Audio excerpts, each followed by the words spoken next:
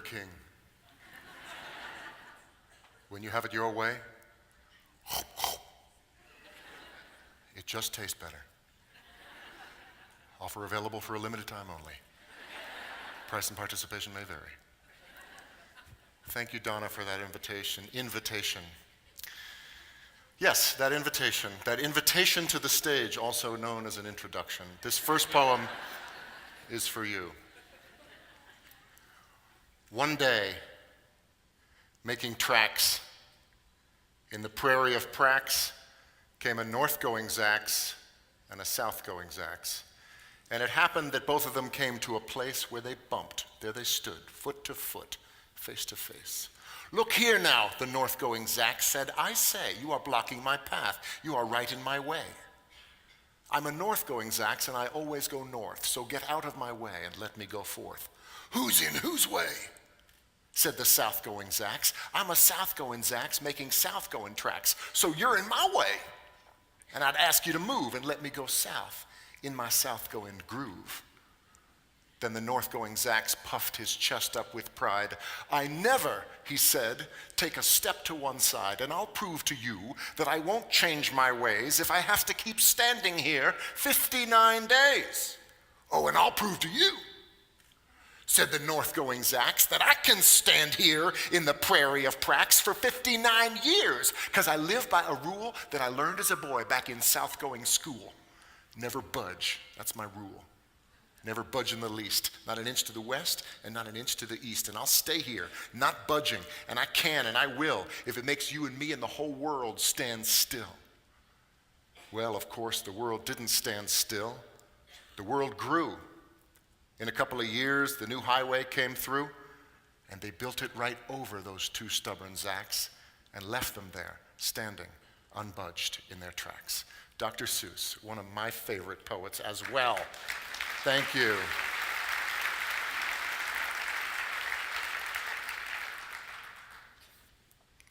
Undivided Attention. This poem is called Undivided Attention, and I asked Rob and Melanie to make sure that they got the titles of every poem, because I sometimes say them quickly.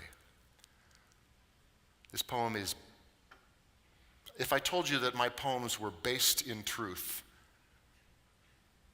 never mind. This poem is entirely the truth. Undivided attention, a grand piano, wrapped up in quilted pads by the movers, tied up with canvas straps like classical music's birthday gift to the criminally insane, is gently nudged without its legs out an 8th floor window on 62nd Street. It dangles, spinning slowly in April air, Chopin shiny black lacquer squares hanging like the second to last note of a concerto played on the edge of the seat, the edge of tears, the edge of 8 stories up, going over. It's a piano getting pushed out of a window and lowered down onto a flatbed truck, and I'm trying to teach math in a building across the street. Who can teach when there are such lessons to be learned? All the greatest common factors are delivered by long-necked cranes or flatbed trucks, or come through everything, even air, like snow. See, snow falls for the first time every year, even here, I bet, and my students rush to the window as if snow were more interesting than math, which, of course, it is. So please, let me teach like a Steinway, spinning slowly in April air, so almost falling, so hinderingly dangling from the neck of the mover's crane, so on the edge of losing everything. Let me teach like the new snow falling.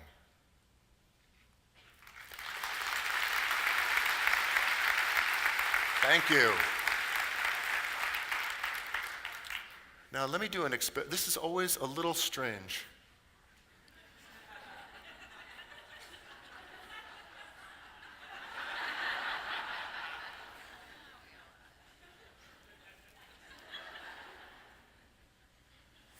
Can you go up to the top of my head?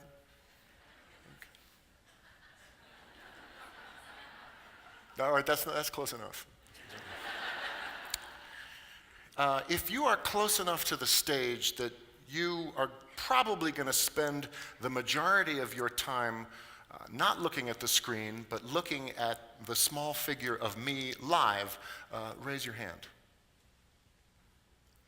If you are far enough away from the stage that it really makes more sense for you to look at the big screens, then raise your hand. Okay, so although it's going to be weird for you people here to reach more of the audience, I should probably address my poems directly to the camera.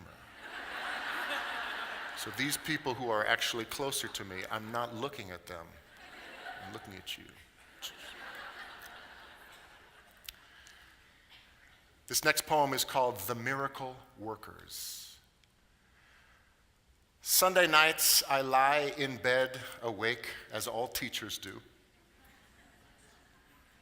and wait for sleep to come, as though sleep were the last student in my class to arrive. My grading is done, my lesson plans are in order, and still sleep wanders the hallways like middle school band practice. I'm a teacher, this is what I do. I'm a miracle worker. Like a builder builds or a sculptor sculpts, a preacher preaches, and a teacher teaches. We are expert in the art of explanation. I know the difference between the questions to ask and the questions to answer. That's an excellent question. What do you think?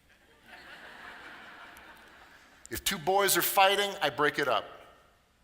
But if two girls are fighting, I wait until it's over, and then I drag what's left to the nurse's office.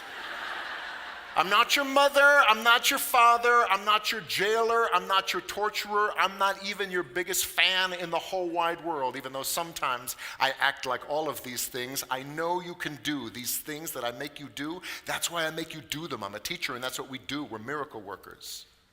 Once in a restaurant, when the waiter said, "Can I bring you anything else?" And I said, "No, thank you. Just the check, please." And he said, "Oh, come on, how about a look at the dessert menu?" I knew I had become a teacher when I said, "What did I just say?"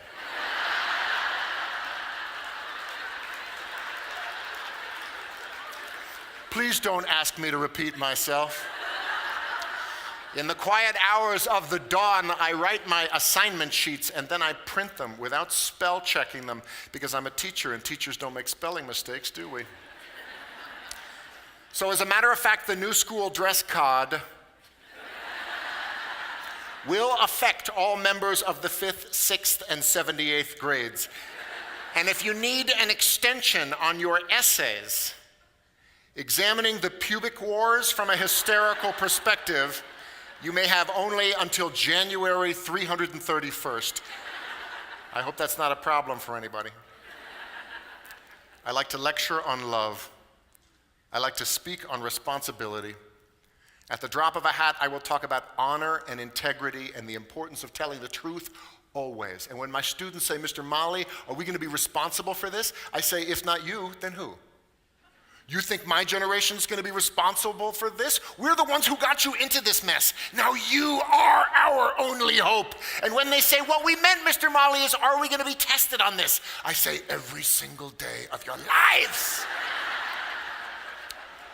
Once, while a student of mine was digging in her backpack for a pen, I put on the corner of her desk a pen, but she didn't see me do it.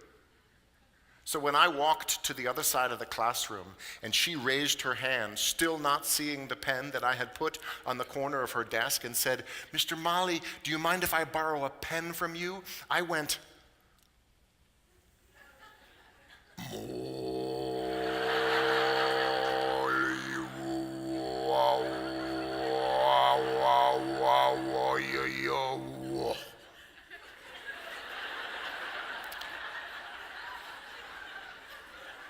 She still didn't see it.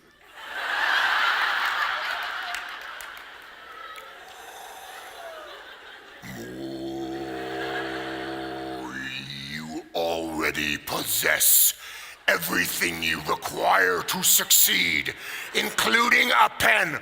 Whoosh. Boing. For a second, she still did not see the pen that I had put on the corner of her desk, but said instead, Mr. Mali, you are probably the weirdest teacher I have ever had. Could you please just loan me a pen? Oh my God!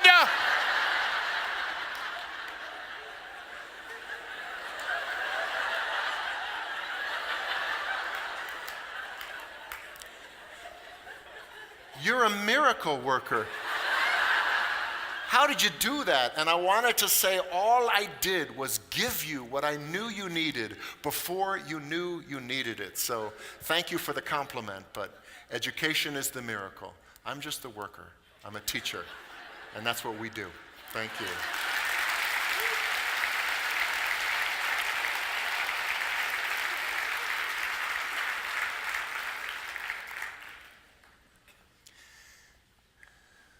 Thank you for doing what you do.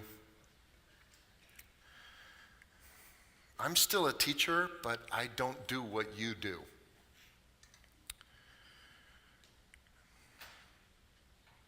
I don't have a whole lot of grading anymore. People ask me whether I miss teaching, and I say yes, every day, never before 8, but every day.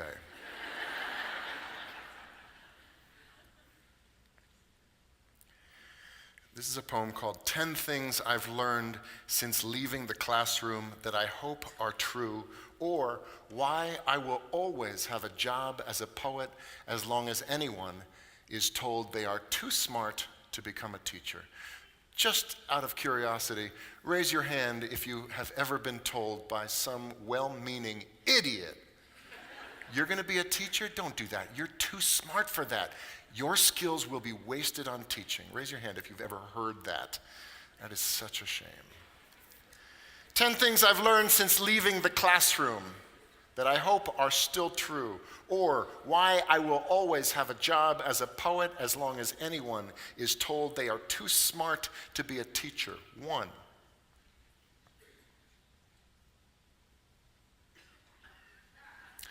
Two, if you're having trouble starting at the beginning, then don't start there. Start with the part you know by heart. Start in the middle. Start at the end. This doesn't have to be perfect now or even ever. There are such things as skill and craft and art. Just don't be one of those people who does not begin because they don't know where to start. 3, sometimes you need to do things in an order that only you understand. 8. The most important lessons are worth learning again and again. 5, there are teachers like me who dazzle from the front of the classroom. There are also teachers who quietly coach from the back of the classroom. The first kind tends to get most of the attention, but the second kind do just as good a job. There are also teachers who, what's the word I'm looking for? Suck. They suck the curiosity and the lifeblood and the energy out of students, and they must be stopped. Literally, we need to get them out of the teaching profession. 6, I might be more useful to the teaching profession outside the classroom than I was when I was in it. But then again, I might be a better poet than I ever was a teacher. We will never know. And I'm okay with that. 7, if you want to raise students' test scores in reading and math, don't think that you can cut funding for music and art and dance and drama and think that it's going to help you.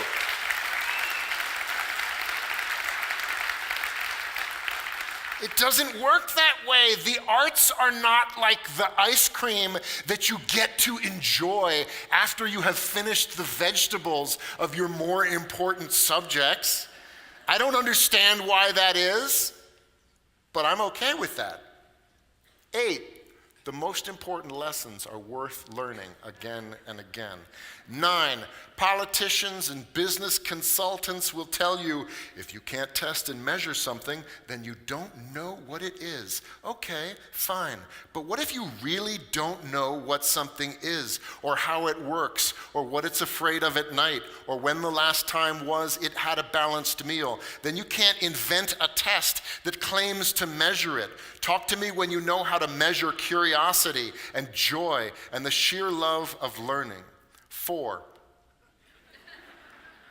go back and fill in the holes. Make it strong. Life is tough. Polish what at first you might have left rough. 1, don't tell anyone that they are too smart to become a teacher. We need the very best of you, and it's not important if your students like you. What is important is that you love them, especially if you don't like them.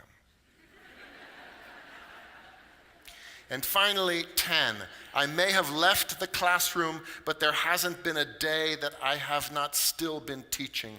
Everyone is a teacher, every hour, every minute, and this morning, this is my classroom. And I love you, so that means you're in it. Thank you.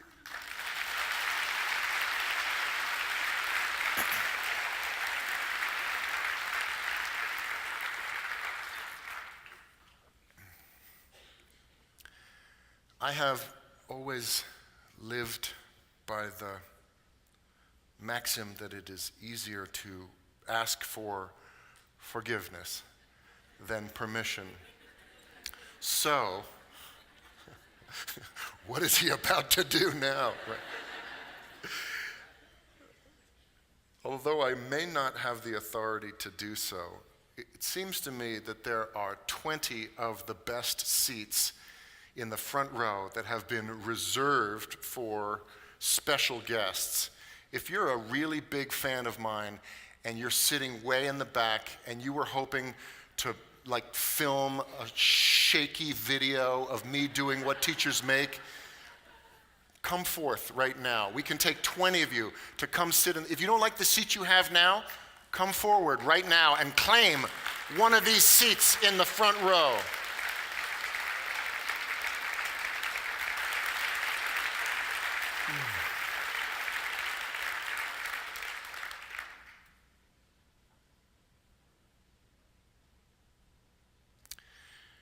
The secret sisterhood of the sneezy feeling.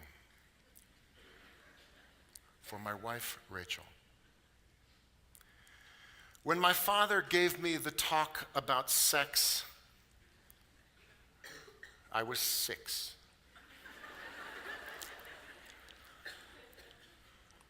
Which I think is a perfectly appropriate age for the first talk about the birds and the bees. If you wait until 17, it's too late. If you wait until 13, it's too late. When my father gave me the talk about sex, I was 6, and we sat before the embers of a fire from the night before, a party I don't remember.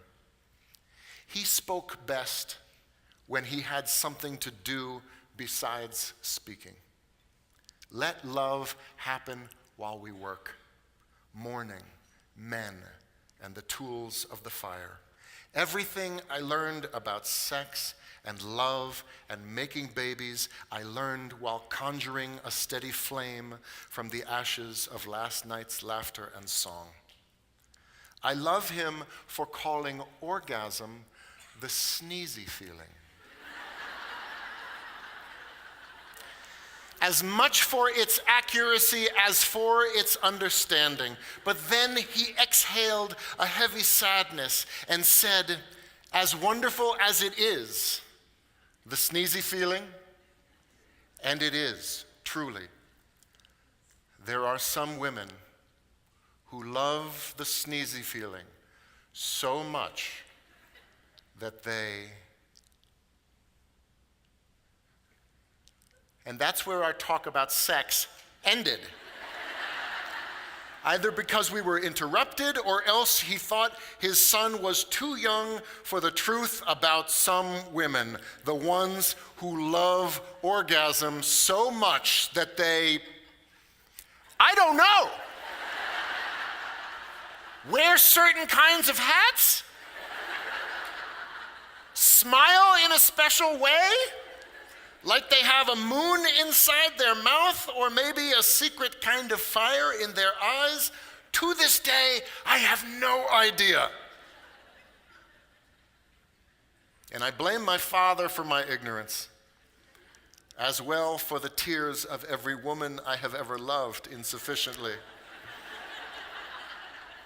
My father never finished telling me about what you crave, about your secret sisterhood of the sneezy feeling and the things desire has driven you to do.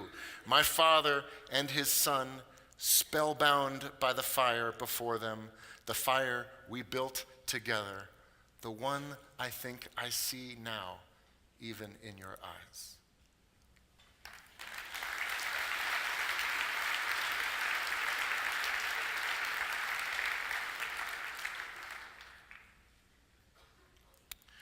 One of the things I always forget to include in my talks is any sort of practical advice that you can use in the classroom. So let me tell you about a couple of my favorite assignments. The first and most easy to remember is called, what do I call it? I call it holding in your hands. And explain to your students that anybody who's watched CSI or Forensic Files knows about splatter patterns and DNA, and many experts believe that anything you touch leaves a little piece of you. You leave fingerprints or fibers or oils or blood or saliva or whatever on the objects that you touch. Well, this is not that. This is the opposite of that. This is my theory that everything you have ever touched in the world, in your life, is still sort of a part of you. So have your students write this sentence: if it is true that I am everything that I have ever touched, then I must be. And what follows is a list poem, a list of things that they have touched. Now, what you need to work on is that when students and beginning writers are asked to write poems, their first instinct is to always come up with things that are general, things that are plural, and things that are unspecific, indefinite, and unnamed.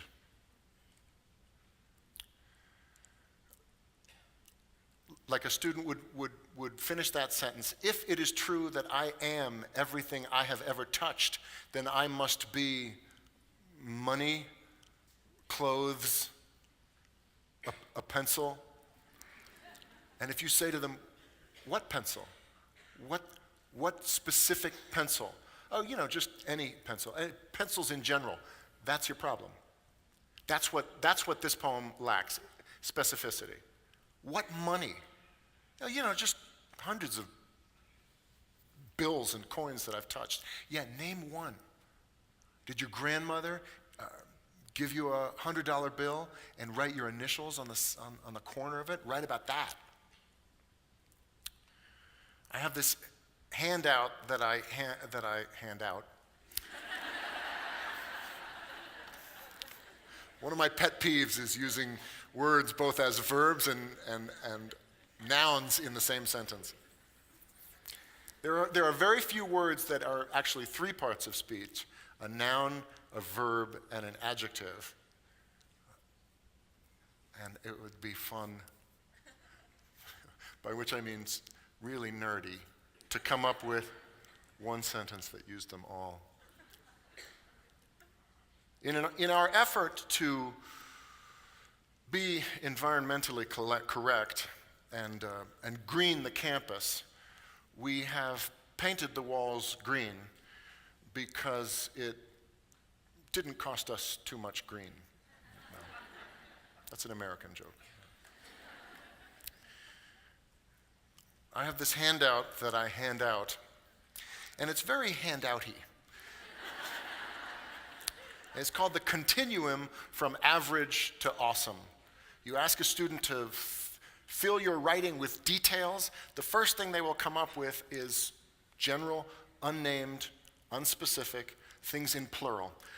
Many of you have probably, if you're in language arts or English class, you've asked your students, the first essay of the year is you need to write about a significant moment that happened to you over the summer.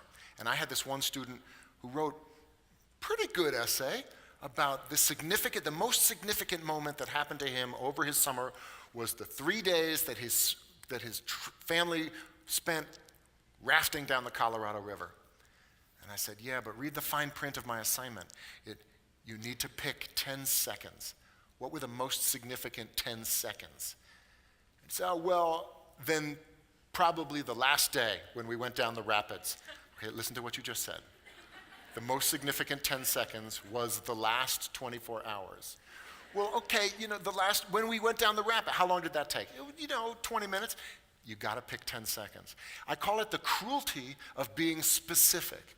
Students, beginning writers, they don't wanna be specific because they feel good writing will require you to elevate certain details to talk about specifically. And beginning writers don't want to do that, I don't know, because they feel like they're insulting every other detail. Mr. Molly, I am so lucky because I have such great friends. Really? Name one. Oh, I can't. Because they're all so great. Yeah, but for the purposes of this thing you're writing, name one. Oh, I really couldn't. You could put a gun to my head and I couldn't tell you one of my good friends. Oh, that's boring. One of my favorite assignments, I take this poem by Ted Kooser, American poet from Nebraska. He was the US Poet Laureate maybe a decade ago. And he has this poem called In the Basement of the Goodwill Store. And the first line is, in the basement of the Goodwill store, wandering around the smell that comes from damp carpet, rust, and doll heads, an old man is lifting up pairs of glasses from a box, holding up each pair to the light of a dim bulb as though it were a glittering fish.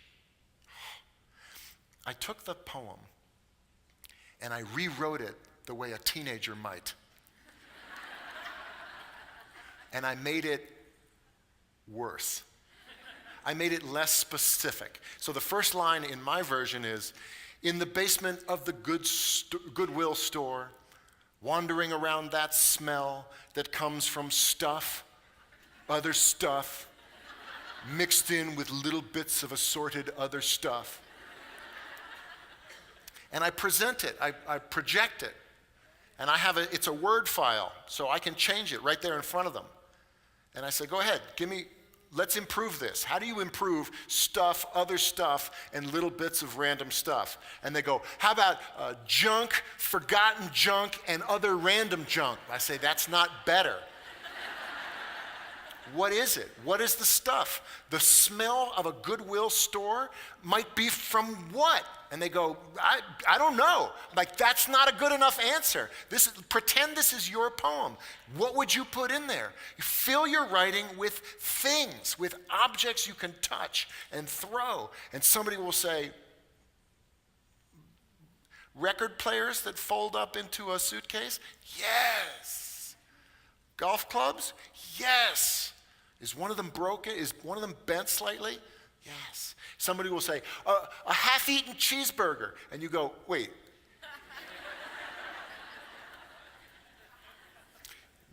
You would not find a half-eaten cheeseburger in a Goodwill store. It has to be something you would find there. So they write their own version of the poem. We get one person to read it dramatically, and then we scroll up to the next page, and there is Ted Kooser's poem.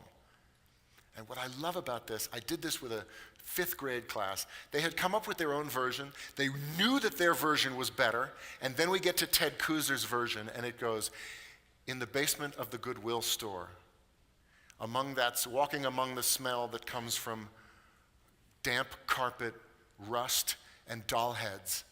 And the whole 5th grade went, oh, he's good.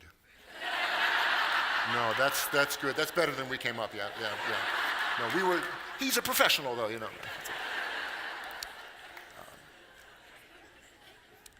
If you want to know about assignment sheets, if you get a chance to come talk to me after the reading, I might be able to help you out. The time currently is 11:13. We have 32 minutes.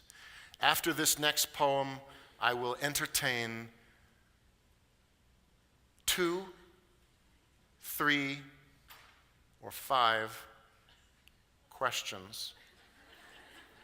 Has to be a prime number.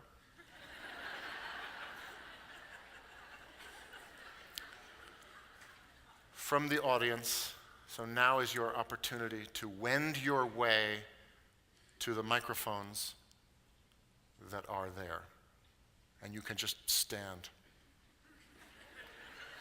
If you really have a question, if you have a curiosity that will not be slaked, you will have no problem standing. I'm not being mean, it's just...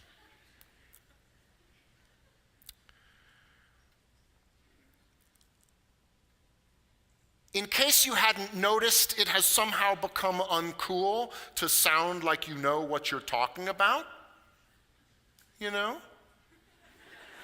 Or believe strongly in what you're, saying. Invisible question marks and parenthetical you-knows and you know what I'm saying have been attaching themselves to the ends of our sentences, even when those sentences aren't questions. Declarative sentences, so called because they used to declare things to be true, okay, as opposed to other things that are totally, not. They've been infected by this tragically cool and totally hip interrogative tone, as if I'm saying, don't think I'm a nerd just because I've noticed this. I have nothing personally invested in my own opinions. I'm just inviting you to join me on the bandwagon of your own uncertainty. What has happened to our conviction? Where are the limbs out on which we once walked? Have they been chopped down with the rest of the rainforest? Or do we have nothing to say? Has society just become so filled with these conflicting feelings of bleh that we've just gotten to the point where we're just totally, absolutely whatever. And so actually our disarticulation ness is just a clever kind of it's like this, what's the word I'm looking for, thing, to disguise the fact that we've become the most aggressively inarticulate generation to come along since, a long time ago. So I implore you, I entreat you, and I challenge you to speak with conviction, to say what you believe in a manner that bespeaks the determination with which you believe it. Because contrary to the wisdom of the bumper sticker, it is not enough these days to simply question authority. You have to speak with it too.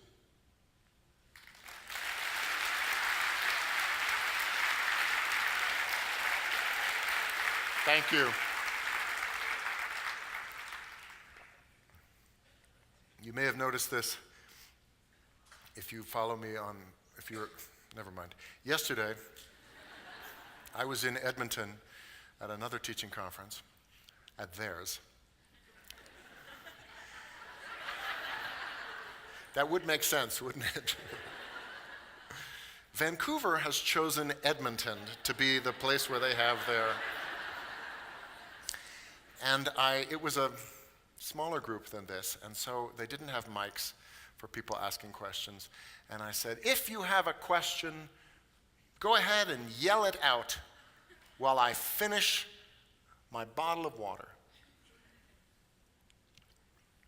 And I finished up my water, and there was silence until one voice in the back said, "Would you like another bottle of water?"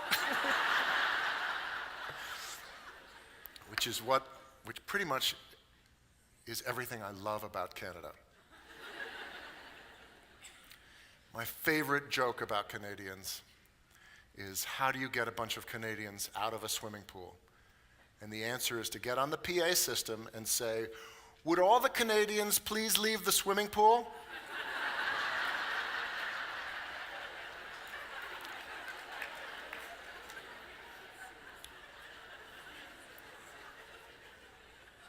I will tell a few more jokes and wait until someone is at the mic and says, "I have a question. For God's sake, stop telling jokes." A guy goes to visit his grandparents and says, "Hey, how's it going?" And his grandfather says, "Oh, your grandmother and I went to the nicest restaurant the other day." And the guy goes, "Oh, really? Well, what was it called?" "Oh, I knew you were going to ask me that. What do they call those red flowers that have thorns on the stem?" And he goes, "A rose? That's it. Rose. Rose. Rose, what was the name of the restaurant we went to the other day?"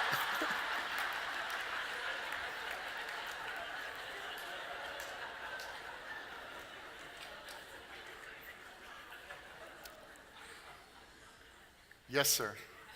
Right. Let's see here. Who are some or were some of your heroes and inspirations coming up, writers or otherwise?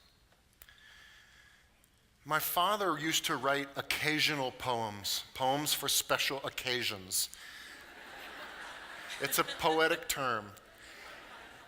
It was sort of Dr. Seuss meets Robert Frost. He wasn't afraid to be sentimental. He would write poems for weddings and birthdays.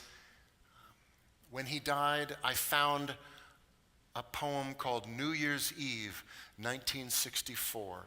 And I was born in March of 1965. And the first couplet is, "64 was a year of change and a year of great enjoyment, from the shift in Janie's silhouette to the shift in my employment." Maybe he got fired, I don't know. And the last line of it, the last couplet is, "And in 65, there will be more of us, one more tiny Molly torso, and we will all love each other, only just a little more so." So it had a sweetness that you never see in slam poets. Everybody's so afraid to be sentimental. So I have a little bit of that. So certainly my father, Robert Frost, I love. Billy Collins, the former U.S. Poet Laureate, is a friend of mine and a mentor and a former teacher. And Wordsworth and Mary Oliver and Sharon Stone. I mean,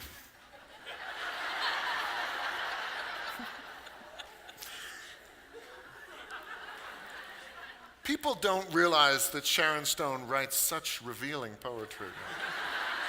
Sharon Olds is who I meant to. Bianca Stone I run a series in New York called Page Meets Stage, where the Pulitzer Prize meets the Poetry Slam.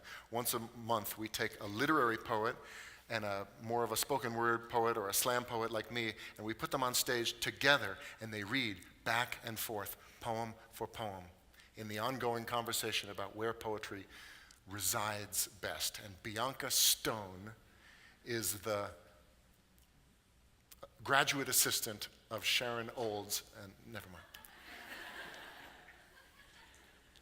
Well done.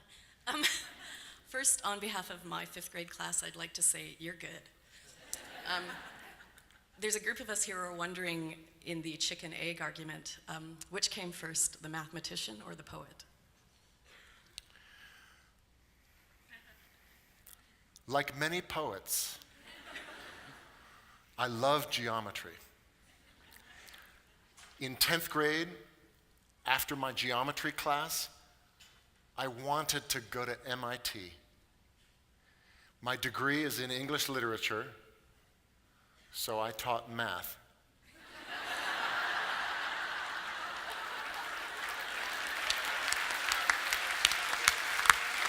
Because that's what you often have to do with a degree in English.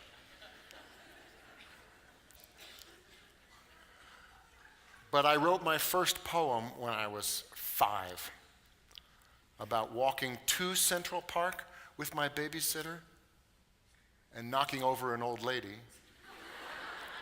And my babysitter saying, "Taylor, you have to look up when you walk."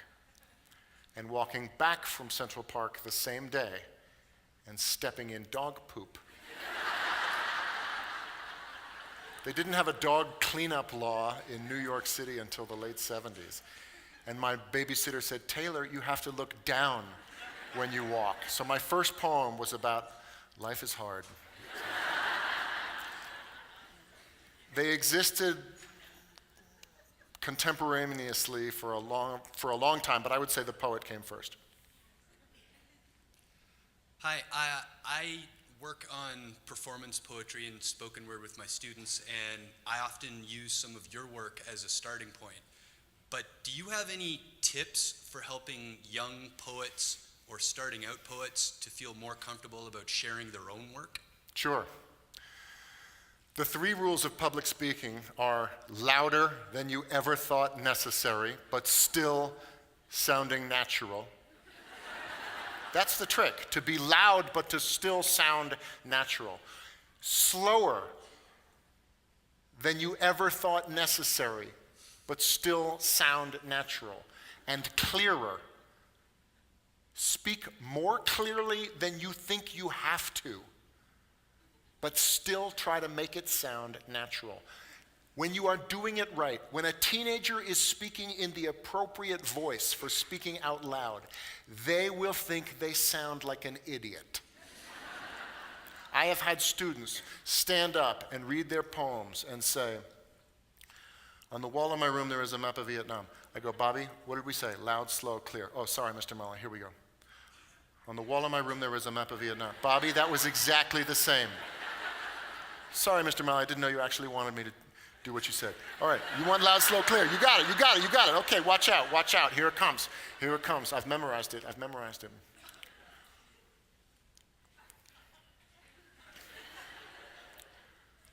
"On the wall of my room there is a map of Vietnam." "Bobby, what do I have to do?" Finally the kid goes like this. He stands up and he goes, "On the wall of my room there is a map of," oh my God. And he sits down and I go, "Why did you stop?" And he goes, "Wasn't I screaming? Didn't I sound like an idiot?" And I have asked the class, raise your hand if you think Bobby sounded like an idiot. And no one, except for Bobby's best friend in the front row, raises his hand. So first of all, when you're presenting, loud, slow, clear. The reason you want to memorize your work is so that nobody sees your hands shake, right?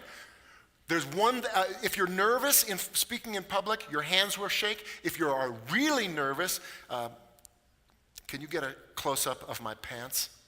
If you're really nervous, your legs will shake, and there is nothing you can do about it except to read 5 more times. The 6th time you have to read in public, the shakes just go away. But too many people abandon speaking in public during those first 5 times. And then lastly, to give them the courage to read their own work, Billy Collins once told me, you get the best poems sometimes when you give yourself permission to write about the things that you never thought you should tell anyone. Those secrets that you've been carrying around, that's the stuff that's going to make a great poem. Sam Smith, the English phenom who just cleaned up at the Grammys, He said he pours his soul into his songs, and he was afraid that people were going to hear his secrets and not like him anymore. But the opposite is true. The more you bare your soul, the more people say, wow, that's guts. Those are my tips. Thank you.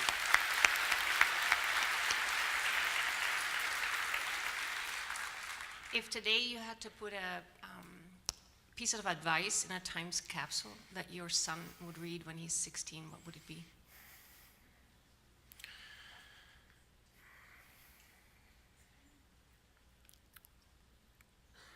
Do what you love. You know what they say? Do what you love and you never work a day in your life. I remember when I was a regular classroom teacher, 1998, I started thinking about, I loved teaching. I absolutely loved teaching. But what if I could make a living as a professional poet? I mean, nobody does that, but maybe I need to manifest that job. Maybe I'll become a semi-famous slam poet, and I'll get invited to places like Calgary. And I'll get 2,000 people to just sit in a room and listen to my poetry. Wouldn't that be cool? And I totally feel that I manifested this job for myself. That was probably 1997. It was New Year's Eve of that day, of that year, that I went to a party and a lawyer insulted me and the entire teaching profession, essentially saying that anyone who was dumb enough to think that being a teacher was their best option in life shouldn't be allowed to be a teacher. And I was furious. And as a way of proving his point, he asked me, Taylor, what do you make?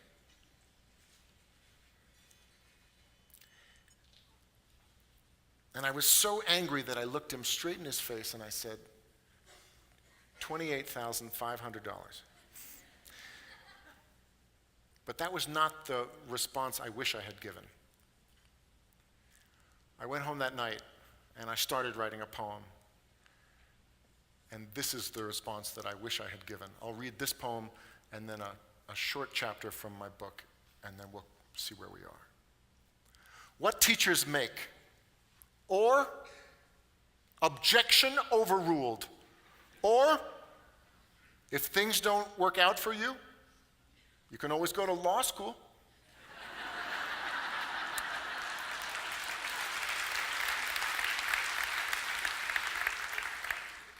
He says the problem with teachers is, what's a kid going to learn from someone who decided that his best option in life was to become a teacher? I'm sorry. He reminds the other dinner guests that it's true what they say about teachers, those who can do and those who can't teach. I'm sorry. I decide to bite my tongue instead of his and resist the urge to remind the other dinner guests that it's also true what they say about lawyers, because we're eating after all, and this is supposed to be polite conversation. I mean, you're a teacher, Taylor. Come on, be honest. What do you make?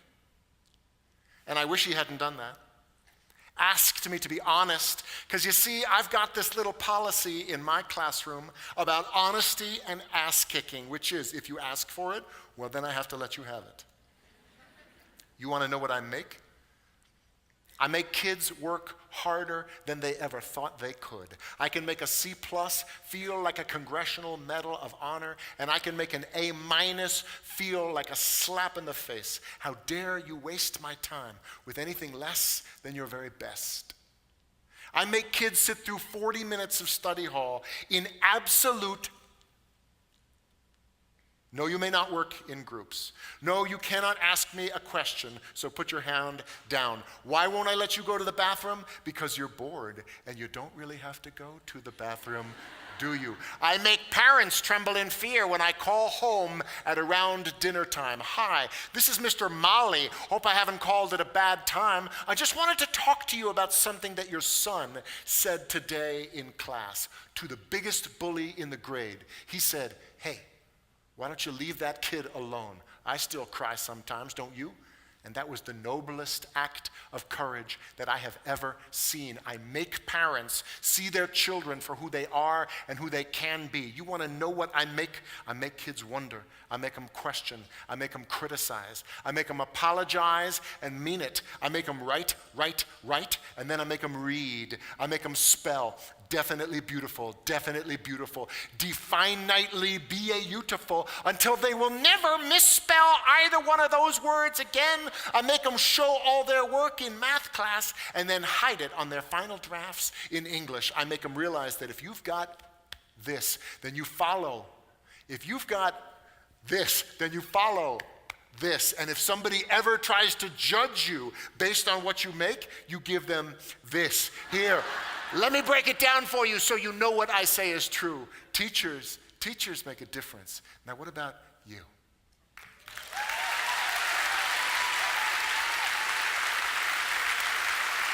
Thank you.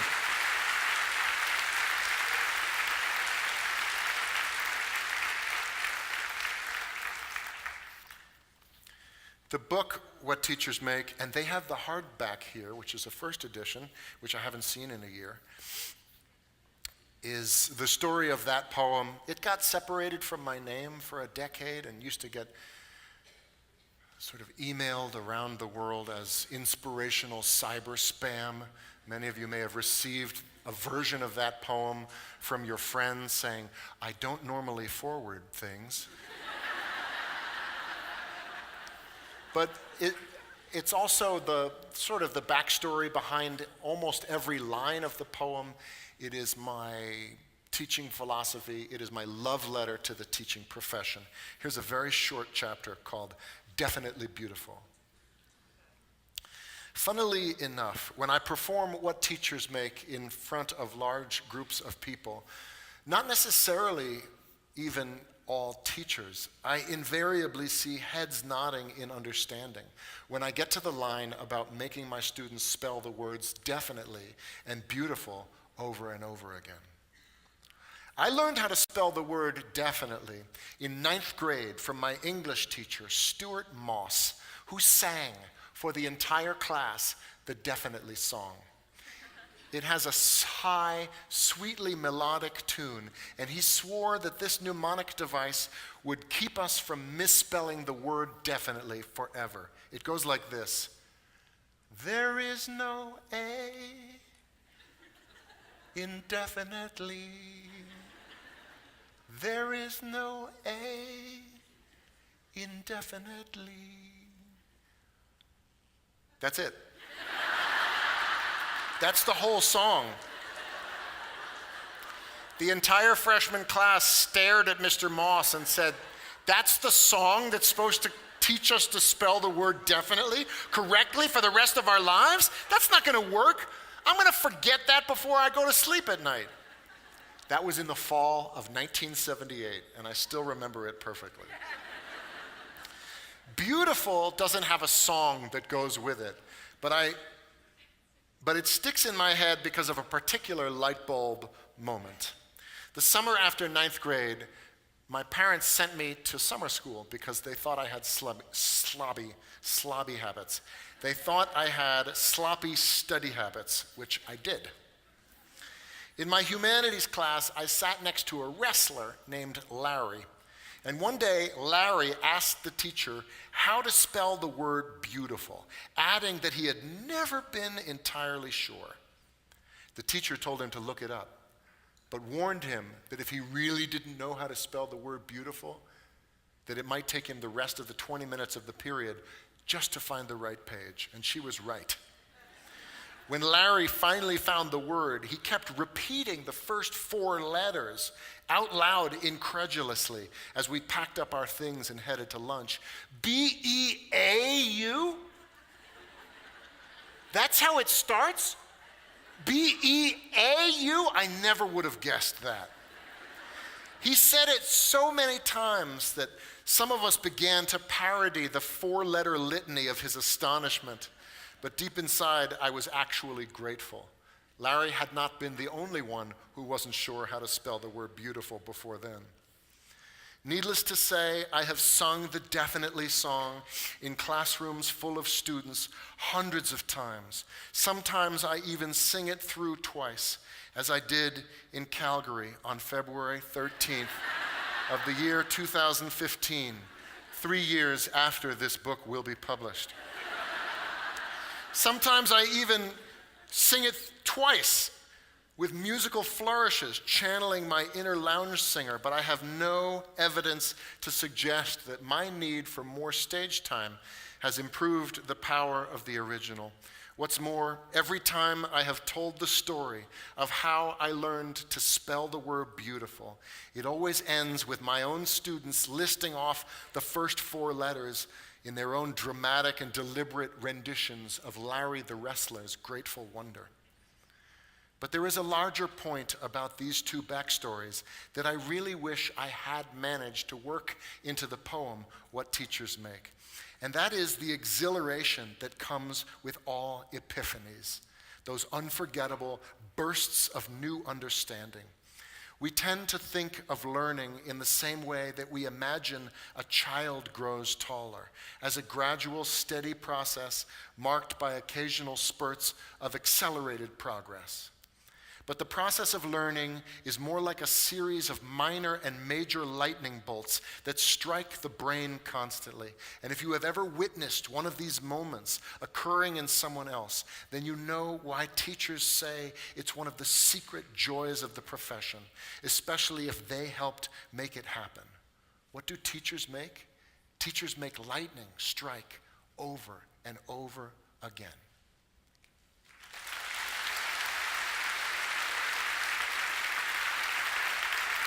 Thank you.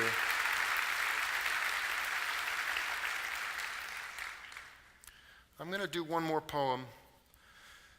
I'm going to take this, my set list. After this, I have to run straight over to where Pages is to sign books and talk to you then. And I can't even stay that long. Apparently, I think I have a cab picking me up at 12:30. Let me look at my itinerary and see if I can stay any longer. I'm going to take this set list, stick it in the middle of this copy, which I stole from Pages, tape it in there, somewhere in the middle. When I get to the table, I'm going to stick this book somewhere in there. So my set list is there. What do I always forget to say? I always forget to say, thank you for having me. So thank you for having me. I forget to say, thank you to Donna McElligott, who introduced me. I'm anxious to catch a glimpse of what Melanie and Rob have done as a graphic representation. Thank you to the camera guy who is giving us a glimpse of that. Camera guys, zoom in on what's the thing right in the middle? Oh, The Sound of Hammers Falling. Can you zoom in on that title? No? Okay. There, that's it. Thank you, Rob. And I forget to say, follow me on Twitter for one reason and one reason only, and that is that during the month of April, I write a poem a day for the month of April, and I post it to social media. And some of them are bad. And I think that that would be instructive for your students. Quick final question. Yeah, thank you. So I'm going to practice that speaking slowly and sounding like an All right, idiot. and I challenge you not to say ah, or All right. So I just whispered to a colleague that I was going to get that book by granting you a wish, because you wanted us to ask 5 questions, and this is the 5th question. What would you have done if you only had 4?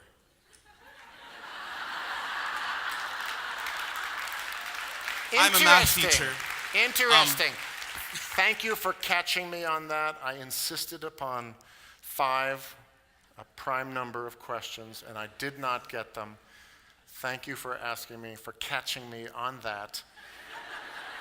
I've got one final poem that I want to recite, and I know it's going to take 3 minutes to do, so I will answer your question with the most common answer that teachers should answer all questions, and that is, what do you think? My final poem is dedicated to all of you, to anyone who has to grade an essay anytime soon, particularly if you've been grading during this reading. Thank you for having me. This final poem is called The Impotence of Proofreading. Has this ever happened to you? You work very, very hard on a paper for English class and still get a very low grade on it, like a D or even a D equals.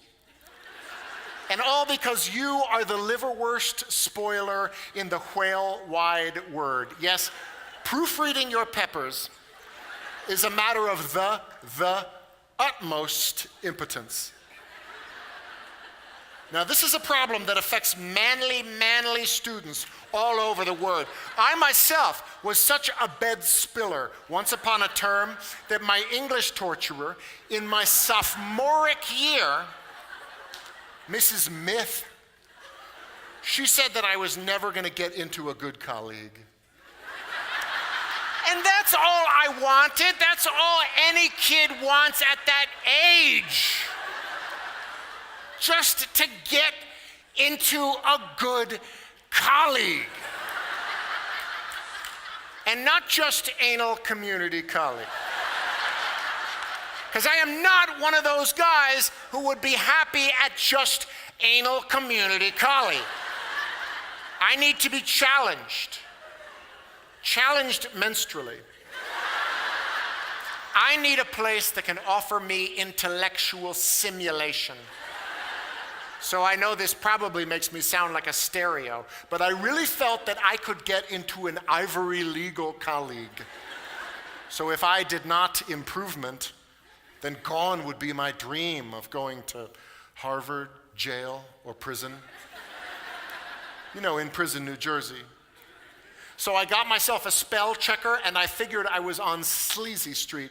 But there are several missed aches that a spell checker can't catch. For instance, if you accidentally leave out word, your spell checker won't put it in you. And God for billing purposes only, you should have serial problems with Tory spelling. Your spell check off may end up using a word that you had absolutely no detention of using. Because, I mean, what do you want it to douche? No, it only does what you tell it to douche. You're the one who's sitting in front of the computer screen with your hand on the mouth going, clit, clit, clit. It just goes to show you how embargo one careless little clit of the mouth can be, which reminds me of this one time. During my junior mint, the teacher took the essay that I had written on A Sale of Two Titties, and I'm completely serial. She read it out loud in front of all of my assmates. It was quite possibly one of the most humidifying experiences of my entire life, being laughed at like that, pubically. So do yourself a favor and follow these 2 Pisces of advice. 1, there is no prostitute for careful editing of your own work. No prostitute whatsoever. And 3, when it comes to proofreading, the red penis, your friend. Spank you very much. Go in poetry. Let poetry bless your lives. Thank you. Thank you for doing what you do. Thank you very much.